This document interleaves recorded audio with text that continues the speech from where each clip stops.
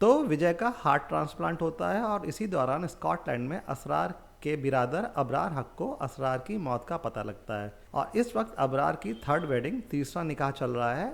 अबरार को बहुत गुस्सा आता है और वो अपने ही एक आदमी को मार देता है पब्लिकली एट द वेडिंग। और यहाँ भी पुलिस का नामो निशान नहीं है। जो गेस्ट आए होंगे शादी में वो क्या सोच रहे होंगे कि यहाँ तो निकाह चल रहा था, अब बगल में लाश पड़ी है, चलो खाना खा के घर चलते हैं। पहली दो शादियाँ ठीक थी अबरार की। राइटर को लगा होगा वैसे भी फिल्मी पुलिस तो लेट ही आती है, तो हटाओ ये पुलिस का टंटा, विजय और अबरार को खुला छोड़ दो। तो अबरार ने अपने आदमी को मार दिया, यहाँ तक तो ठीक, पर सीन अभी ख़त्म नहीं हुआ है। अबरार का गुस्सा अभी बाकी है। भाई के मौत के गम में अब उसे ठरक चढ़ जाती है और बिना वक्त गवाए पूरी बेशर्मी के साथ वो अपनी नई नवेली तीसरी वाइफ के साथ सेक्स करना शुरू कर देता है, वो भी सबके सामने। इस सीन को देख के मुझे लगा कि ये फिल्म सिक मेल डोमिनेटिंग फ्यूडल माइंडसेट से लिखी हुई है, जहाँ फीमेल एक ऑब्जेक्ट और ऑब्जेक्ट से ज़्यादा सेक्स ऑब्जेक्ट की तरह इस्तेमाल करने की चीज़ दिखाई गई है कि मेरी प्रॉपर्टी, मेरा जैसा मन होगा मैं औरत को वैसे इस्तेमाल करूँगा। और ये सब स्कॉटलैंड में हो रहा है जहाँ लॉ एंड ऑर्डर बहुत स्ट्रांग है। भाई इजिप्ट जैसा कंट्री दिखा देते। Abrar and his brother Abid एक घर में जाते हैं जहाँ वो एक आदमी को शूट कर देते हैं जिसने असरार पर नज़र रखी हुई थी। और यहाँ पता ये लगता है कि अबरार ने ही बलबीर सिंह का असैसिनेशन प्लान किया था। विजय कई महीनों बाद अब ठीक हो रहा है और ठीक होने के इस प्रोसेस में वो अपने घर में नंगा घूमना शुरू कर देता है। क्यों नंगा घूम रहा है विजय अपने ही घर में? जोया नाम की एक लड़की उससे आकर मिलती है जो मंगेतर थी उस इंसान की जिसने विजय को अपना हार्ट डोनेट किया था। विजय को टॉवल दिया जा चुका है कि जोया से नंगे मिलोगे, अच्छा थोड़ी लगता है, टॉवल लपेट लो प्लीज़, पापा की कसम है तुम्हें। माँ की कसम दी नहीं जा सकती है क्योंकि बेइंतहा प्यार तो विजय अपने पापा बल्लू से करता है ना।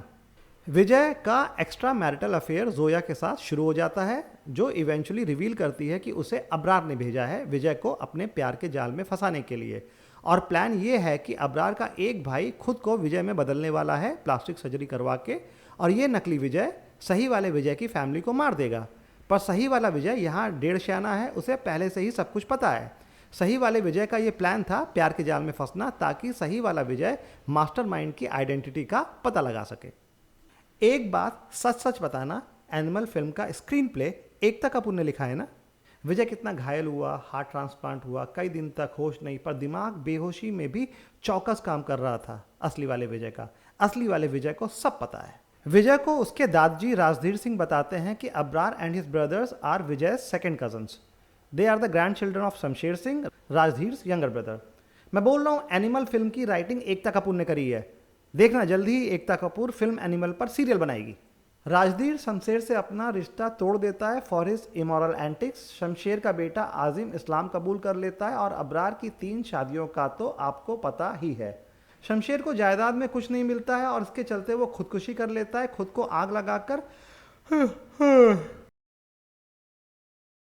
और अबरार जो अपनी आंखों से विटनेस करता है अपने ग्रैंडफादर का suicide, became mute from the trauma, मतलब गूंगा हो जाता है। विजय गीतांजलि को बताता है कि उसका जोया से अफेयर था। Geeta become depressed and angry. उसका कन्फ्यूज़न शायद ये है कि जब तुम्हें पहले से ही पता था कि वो जोया तुम्हें प्यार के जाल में फंसा रही है तो फंस जाते, पर सेक्स करने की क्या ज़रूरत थी? बात किसिंग, टचिंग, चूमा चाटी तक रखते। पर फिर गीतांजलि को लगता है कि चलो छोड़ो, कोई बात नहीं, इतनी ज़रा सी बात पर क्या लड़ना, वैसे भी फिल्म पर पेट्रियार्की, मेल डोमिनेटिंग फ्यूडल रवैया हावी है, तो ये तो साला होना ही था। और ये सब करवा चौथ के दिन चल रहा है। माफ़ी मिलने के बाद विजय गीतांजलि को पानी पिलाता है, फिर दोनों के बीच में किसिंग एंड सेक्स। अब मुझे ये नहीं पता कि करवा चौथ में पानी पिलाने के बाद क्या क्या होता है, मतलब किसिंग एंड सेक्स होता है कि नहीं। मेरे हिसाब से खाना पहले खिलाना चाहिए, बंदी पूरे दिन से भूखी प्यासी है। एनिमल फिल्म में करवा चौथ का हिसाब अलग है शायद।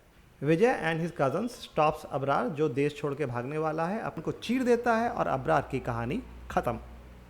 Back in India during Diwali Balvir reveals जो सब भी हुआ है सब मेरा किया हुआ है।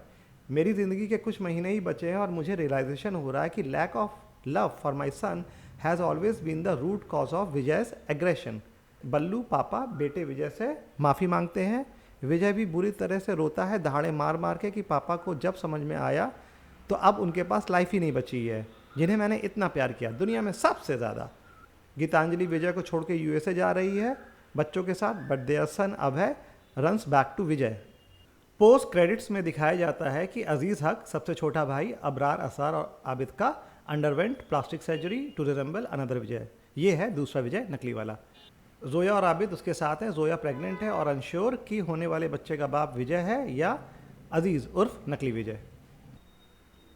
विकीपीडिया का पूरा प्लॉट और फिल्म के थोड़े बहुत ग्लिम्सेस देखने के बाद ये लगा कि एनिमल द गॉड फादर का सस्ता इंडियन वर्जन है with very bad screenplay and super nonsense characters. ये फिल्म बहुत ज़्यादा कामयाब है बॉक्स ऑफिस पर। उसका reason stylish violence, unnecessary extra long kiss scenes and sex scenes, nudity and controversy जिसने दर्शक का ध्यान खींचा है।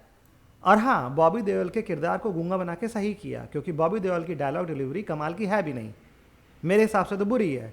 बिना बोले बॉबी ज़्यादा बेहतर कलाकार लगते हैं।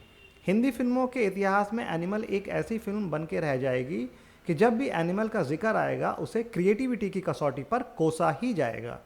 एकता कपूर या हिंदी टीवी के सीरियल्स में जो नॉनसेंस स्टोरी टेलिंग होती है, जिसका पर एपिसोड बजट 10 से 15 लाख होता है, एनिमल की स्टोरी उसी लेवल की है। बस एनिमल में रणबीर जैसा बड़ा स्टार है और फिल्म का बजट 100 करोड़ एज पर विकीपीडिया।